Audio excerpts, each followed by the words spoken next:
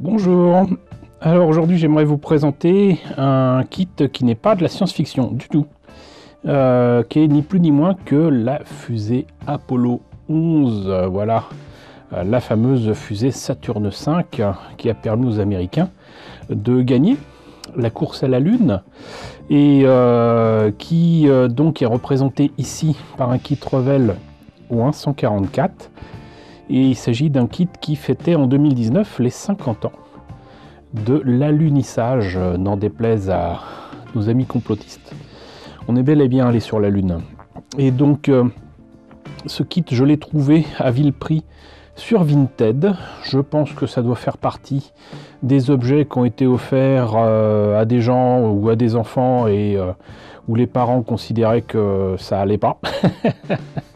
Et même si ce kit n'est pas spécialement cher dans le commerce, j'ai pu observer qu'il était à peu près dans les 28-30 € en moyenne. Moi je l'ai trouvé quand même deux fois moins cher que ça. Et je l'ai pris parce que tout simplement, bon déjà je doute de monter ce kit tel quel, mais il y a pas mal de pièces qui ont servi depuis des années, parce que ce kit existe depuis longtemps. Il y a des pièces qui servent pour le kit bash dans des modèles de science-fiction, et notamment dans des modèles de science-fiction japonais, comme par exemple SF3D, que tout le monde maintenant appelle Machine Krieger. Voilà, il y a des tuyères de cette fusée qui sont utilisées là-dedans. Il y a des petits thrusters, etc. là, qui servent aussi sur pas mal de choses. On trouve des morceaux de la fusée Apollo sur le Galactica, enfin voilà. Moi ce qui m'amuse, c'est que au final je me rends compte que je vous ai présenté quand même assez peu de miniatures du monde spatial réel. Alors je vous ai présenté il n'y a pas si longtemps que ça l'énorme kit de la station internationale qui était normalement livré avec d'autres éléments pour la station spatiale. Ça, je vous ai présenté ça, du coup, maintenant, on peut dire que c'est l'année dernière. Je vous ai présenté bien avant cela la navette spatiale que je compte modifier pour faire la version qu'on voit dans l'épisode pilote de Farscape. Il y a des petites choses comme ça que je vous ai montrées. Mais il y a quantité de choses que j'ai eues quand j'étais petit, que je vous ai pas encore montré. Bon, déjà parce que je les ai pas sous la main, et puis d'autre part, parce qu'il n'y aurait plus grand chose à montrer, que ce soit donc le module lunaire. Voilà, c'est une de mes premières maquettes. J'étais tout fier de l'acheter, tout seul comme un grand, 25 francs, modèle Airfix, ça s'oublie pas. En plus, il y a un petit morceau de diorama avec. J'ai eu aussi la fusée Ariane. Voilà, un modèle pas vilain, mais qui m'avait énormément déçu, parce que quand je l'ai vu, la première chose que je me suis dit, c'est j'aurais pu le faire avec des bouchons de bouteilles. Et je pense qu'une partie de mes inspirations en kit bash et en récupération vient de cette déception, donc cool. Voilà, mais donc cette fusée Saturne V Apollo 11 va être l'occasion de montrer quelque chose qui n'a rien à voir avec le fantastique, rien à voir avec la science-fiction, et à voir avec quelque chose qui est juste formidable, et qui donc date de juillet 1969, quoi, c'est pas rien. Et c'est ce que j'aimais aussi dans les maquettes quand j'étais plus jeune, c'était qu'il y avait toujours un texte explicatif, si ce n'est sur la boîte, plus sûrement dans la notice de montage, notamment pour les dinosaures de Airfix. J'apprenais énormément de choses sur ce qu'on savait à l'époque, en tout cas des dinosaures que j'allais monter. Et là, on a par exemple, voilà. Le seul truc, c'est que le texte est maintenant extrêmement réduit, parce qu'ils tiennent absolument à faire une boîte unique avec tout un tas de langues représentatives d'un grand nombre de pays de l'Union européenne, on va dire. Parce que là, c'est très clairement indiqué Revell.de, donc Allemagne pour Dutch. Et là, il y a quand même un texte en français, et il n'y a que la moitié du texte qui concerne le côté historique de la chose. Le reste concerne bien évidemment les spécificités de cette maquette. On voit que il y a un support pour tenir la fusée complète. Le cône peut s'ouvrir pour libérer le module lunaire. Là on voit les tuyères je sais pas si on peut dire que c'est le premier étage. En tout cas voilà, partie la plus basse. Là, le second étage, j'imagine. Et là, à la base, on voit qu'il y a quand même 3 petits personnages à l'échelle, donc un 144. Et c'est une des raisons pour laquelle aussi je l'ai pris, parce que je trouvais ça intéressant et j'ai hâte de découvrir avec vous si les pièces méritent le coup d'œil, parce que je suis persuadé que c'est un kit qui a quand même un certain âge. Voilà. Et là, on voit un petit peu les pièces et je ne crois pas qu'il y ait autre chose autour de la boîte. Non, à part qu'il précise qu'il y a 82 pièces. C'est tout ce qu'on saura. Donc, moi, je trouve que la boîte est sympathique. J'espère que le contenu l'est tout autant. Donc, ce que je vous propose, c'est de l'ouvrir et de voir ce qu'il y a.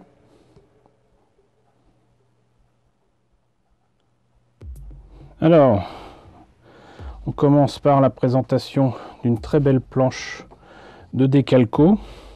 Voilà. Alors là, il y a indiqué que le décalco date de 2014 et non pas de 2019. Ça m'étonne un petit peu parce que, comment dirais-je, ces kits-là sont vraiment sortis à des périodes anniversaires, même si Revell avait déjà sorti des kits pour fêter les 40 ans de l'alunissage, avec notamment la reproduction d'un vieux kit d'astronautes que là par contre je vous ai présenté il y a des années, mais que je vous ai bel et bien présenté. Je me rappelle pas qu'il y ait eu des kits réédités comme ça de fusées, mais c'était certainement le cas. Je les ai pas vus, donc voilà.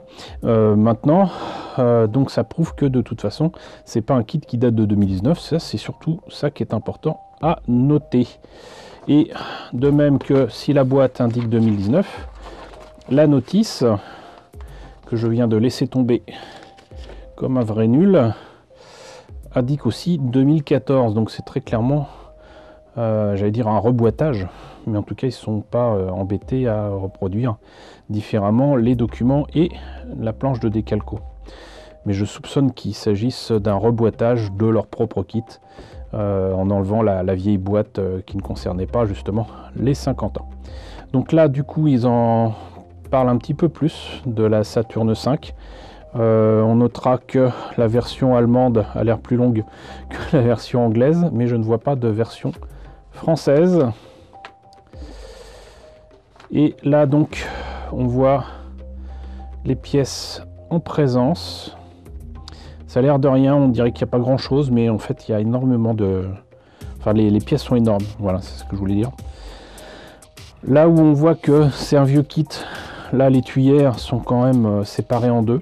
Donc comme c'est annelé, à poncer et à retravailler, c'est un peu l'horreur. Par contre, j'apprécie qu'ici, donc les anneaux qui vont tenir les autres parties de la fusée sont par contre d'un seul tenant. Ça c'est important parce que justement ça permet de participer à la solidité de, j'allais dire, de l'édifice, de la structure. Et là on voit la base de la fusée. Je doute que ce soit la vraie base. On voit qu'ils indiquent qu'il y a 3 figurines. Donc le bas de la fusée avec les tuyères et du coup je sais toujours pas si c'est le premier étage ou quoi. Mais logiquement ça doit être ça. Et du coup on voit que les tuyères se retrouvent dans le socle. Alors j'imagine qu'on peut soulever la fusée évidemment pour les voir, mais c'est un peu frustrant de se dire que du coup on ne voit pas les tuyères en question. Là donc un autre anneau s'ajoute à cet étage. Là j'imagine qu'on a, j'allais dire, les amorces, les pièces qui permettent de détacher peut-être cet étage là. Là il y a d'autres éléments que je reconnais comme étant des éléments utilisés dans pas mal de kits bash, hein. Voilà, alors à chaque fois il montre qu'il faut enlever certaines pièces au milieu des anneaux. De nouveau des petites tuyères qui ont servi, alors si c'était pas pour la version au 144, il me semble que c'était une version au 1,96 parce que cette fusée existe dans une échelle bien plus grande et dans différentes marques, mais là je reconnais les tuyères qu'il y a sur les aigles de Cosmos 99. Donc un étage de plus.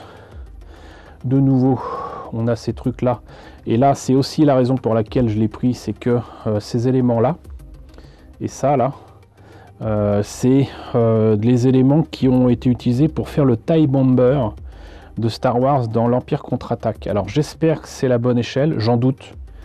Mais donc au cas où, il y a peut-être possibilité que je puisse utiliser un kit autre que celui de MPC. Et donc le kit de Revell par exemple est plus petit, donc on verra. On verra, mais au prix que je l'ai payé, franchement je pense que c'est pas les projets qui vont manquer et que je vais développer grâce à ces pièces. De nouveau, là par contre non pas plusieurs tuyères mais une seule. Voilà, qui se met donc sur cet étage-ci. Et là, un gros moteur de fusée, donc une grosse tuyère, qui pourrait ressembler à ce qu'on voit à l'arrière des aigles, hein, justement. Donc là, par contre, pièce articulée qui consiste à mettre dans le cône le module lunaire. Reste à savoir si c'est quelque chose qui est articulé aussi là, apparemment c'est le cas. Et si je me rappelle bien, ça aussi, les éléments du module lunaire, ce sont des détails qui sont utilisés dans le détaillage de l'intérieur des structures de l'aigle de Cosmos 99. Voilà, donc là, le cône est ouvert, on ferme le cône, on peut rajouter encore un autre étage à la fusée avec la petite capsule qui sera donc, je dirais, l'ultime moyen pour les astronautes américains de revenir sur Terre. Voilà, là il y a un bouclier thermique ici, et c'est ce qui leur a permis de revenir sur Terre et d'aller en pleine mer. Voilà, puisque comme il y a beaucoup d'eau sur la Terre, le plus pratique c'est non pas de se poser sur une piste d'atterrissage comme le font maintenant certaines fusées modernes, mais c'était tout simplement de tomber dans l'eau avec des parachutes. Et ça, je sais plus exactement ce que c'était, mais ça m'étonne que ce soit en deux parties. Mais bon, donc sinon, jolie pièce, hein. Mais vous l'aurez compris, il y a beaucoup de choses qui peuvent me servir pour du Star Wars, qui peuvent me servir pour du Cosmos 99, qui peuvent me servir... Au départ, je pensais même utiliser des pièces pour tenter de faire un kit bash qui ressemble au vaisseau qu'on voit dans The Last Starfighter. Et on verra, on verra. Mais en tout cas, je suis ravi de l'avoir, parce que il y a plein de choses à faire avec. Et je ne manquerai pas de vous montrer ce que j'ai l'intention d'en tirer. Mais ça fait partie donc des kits, j'allais dire du monde réel, issus du monde réel, qui me servent non pas à reproduire les objets tels quels, mais très clairement à faire des objets de science-fiction. Et bien maintenant, voyons les pièces.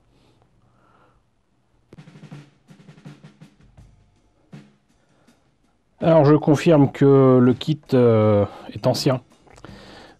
Si besoin était, l'état des pièces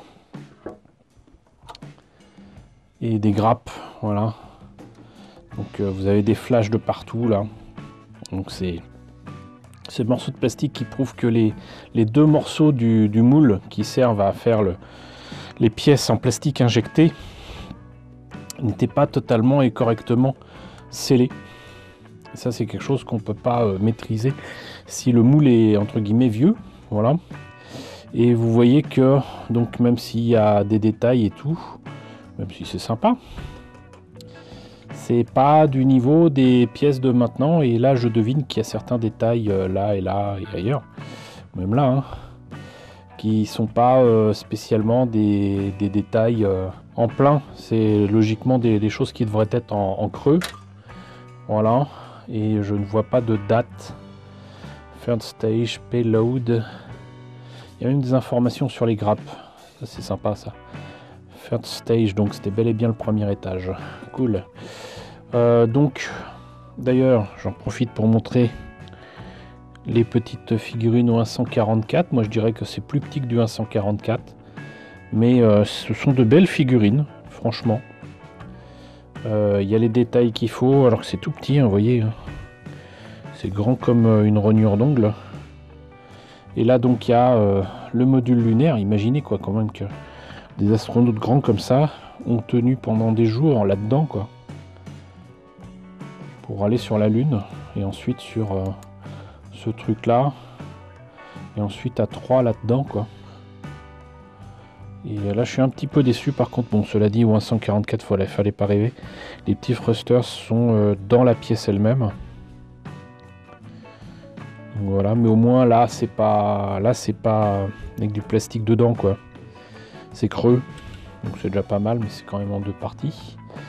Vous voyez que même si c'est du 144, c'est là qu'on voit que la fusée était imposante. Oups. Là toujours autant de flash. Là j'ai carrément un morceau. Regardez-moi ça, c'est même pas une pièce de la maquette, c'est juste un flash retiré de la grappe. Mais vous voyez que c'est quand même des beaux morceaux. Et il y a de quoi faire avec. Et croyez-moi que c'est beaucoup plus beau que ce qu'avait fait LR avec la fusée Ariane. Donc voilà. Vraiment très très belles pièces. Qui tiennent pas, mais c'est pas grave. Hein. Hop. Là. Donc les pièces pour le cône supérieur, on va dire. Et là pareil, hein, encore... autre pièce qui vient s'ajouter à celle-ci. Voilà, ça tient pas. Pas grave. Du moins que ça n'abîme pas les morceaux. Là, vous voyez. Donc, différentes tailles de tubes qui pourront être utiles. Voilà. Et n'oublions pas quand même la base permettre de tenir tout ça. Alors à quoi sert ça? Peut-être à mettre des supports en caoutchouc ou quoi pour éviter que ça glisse, je sais pas. Il faudrait que je me renseigne pour voir ce qu'il en était de ce kit, j'allais dire dans l'histoire.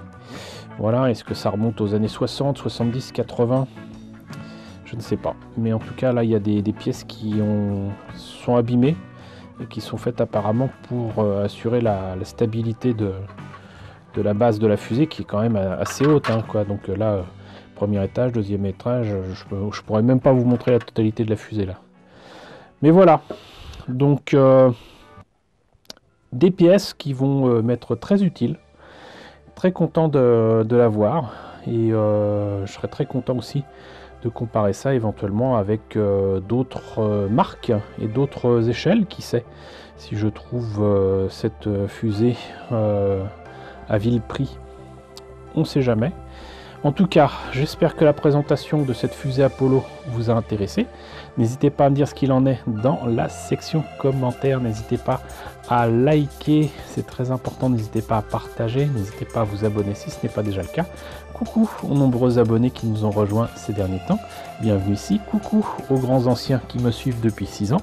Merci à tous de votre fidélité. Merci à tous votre soutien sur Tipeee et sur Paypal. Surtout, prenez soin de vous. Je vous laisse avec la liste des contributeurs de la chaîne et je vous dis à très bientôt pour la présentation, je l'espère, d'une nouvelle maquette spatiale.